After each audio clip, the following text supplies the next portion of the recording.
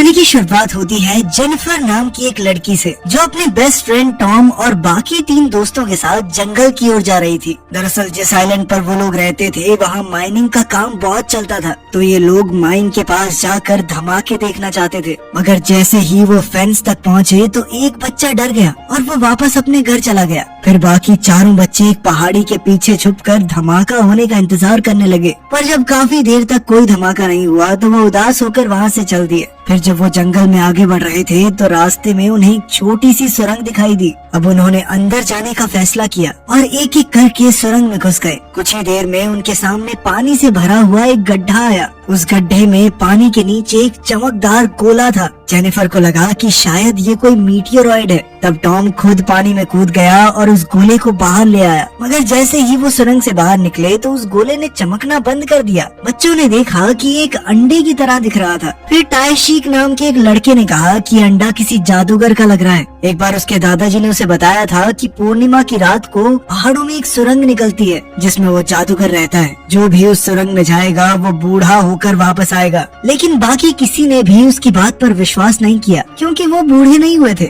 उसी समय जेनिफर को एहसास हुआ कि उसकी माँ की दी हुई हेयर पिन गुम हो गई थी। अब वो उसे ढूंढने के लिए तुरंत सुरंग में गई और बाकी बच्चे अंडे के साथ वहीं रुक गए। वो ये जानना चाहते थे कि इस अंडे में है क्या, इसीलिए उन्होंने जेनिफर का इंतजार किए बिना ही अंडा जमीन पर फेंक कर तोड़ दिया। मगर ये क्या, अंडा तो एकदम खाली था। फिर जब कुछ देर तक जेनिफर वापस नहीं लौटी तो टॉम खुद सुरंग में गया और उसने देखा कि जेनिफर अपनी जगह पर जम चुकी थी। टॉम ने उसे हिलाकर उससे बात करने की कोशिश की, पर जेनिफर तो मानो एक मूर्ति बन चुकी थी। तभी अचानक उसकी नजर पानी की बूंद पर पड़ी जो हवा में रुकी हुई थी। फिर वो फटाफट सुरंग से बाहर आया और उन्होंने आसमान में देखा कि सभी पंछी भी हवा में ही रुक गए थे। इसके बाद तीनों लड़के वापस शहर गए तो पता चला कि पूरी दुनिया वहीं जम चुकी थी। तब उन्हें एहसास हुआ कि उनके अलावा पूरी दुनिया के लिए समय रुक गया था। खैर इसके बाद हम समय में थोड़ा पीछे जाते हैं, जब एक चाइल्ड साइकेट्रिस्ट जेनिफर का इंटरव्यू ले रही थी। जैसे ही डॉक्टर ने इंटरव्यू के लिए कैमरा लगाया तो जेनिफर थोड़ा घबरा गई। डॉक्टर ने उसे अपनी कहानी शुरुआत से बताने को कहा।